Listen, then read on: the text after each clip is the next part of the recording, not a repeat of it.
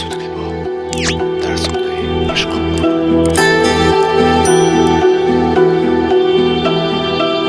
رفتی از پیشم که جای من برات کی زندگیشه، لعنتی هر جا میرم خاطره هام زنده میشه.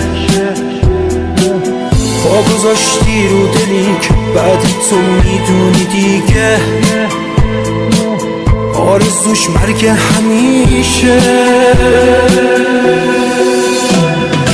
طاقت ندارم این روزا هر جا که میرم همه دنبال بهونن،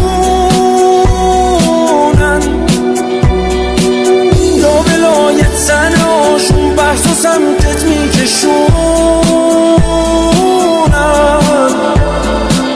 دنبال زخم زبونن.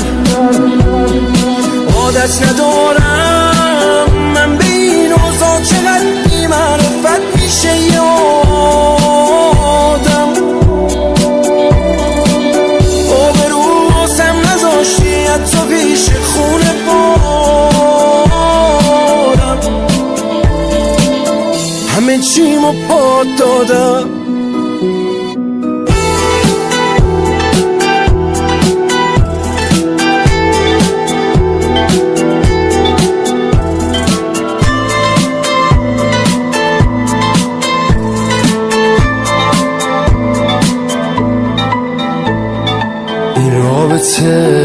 شاید واسه تو عادی بود، اما من عاشق توقعم از عشق کم زیادی بود.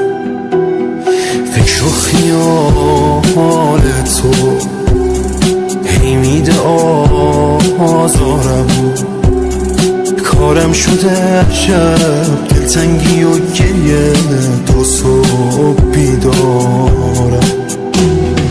طاقت ندارم این روزا هر جا که میرم همه دنبال بهونن،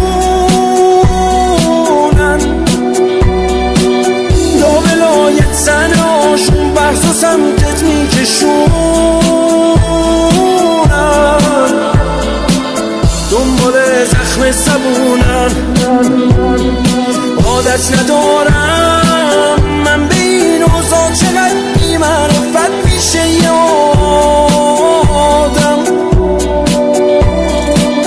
آبرو واسم نذاشتی حتی پیش خونه بارم،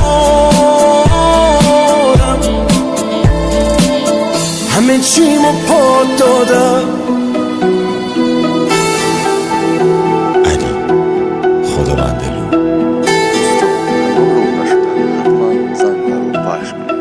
این به ما خیلی کمک برساند.